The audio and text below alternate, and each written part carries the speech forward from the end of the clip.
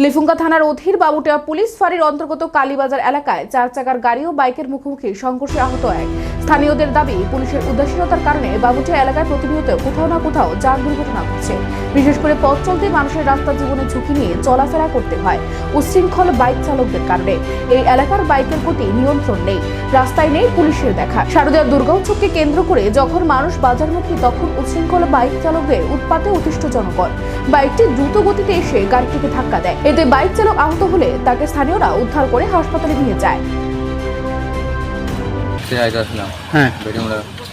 এখানে আয়া বাম সাইডে দাঁড়াইছি, বাম সাইডে দাঁড়াইছি, গাড়ি লাইন ঘোরাইতে পারি না। গাড়ি তারপরে যাইতে আমি ঘোরাইতে আয়া সামনে মারা দিয়েছি। তুমি কই যেতেছিলা? আমি ওই তো ঘোরাইলাম, গাড়িটা এখানে দাঁড়াই দিয়েছিলাম। বাইকটা কোন দিকে এসে? বেড়িমুড়াই দেখতে। তোমার গাড়িতে কয়জন ছিল? আমি একলা আছি। আর বাইকে? বাইকে একলা। একলা? আহত হয়েছে কেউ বাইকের?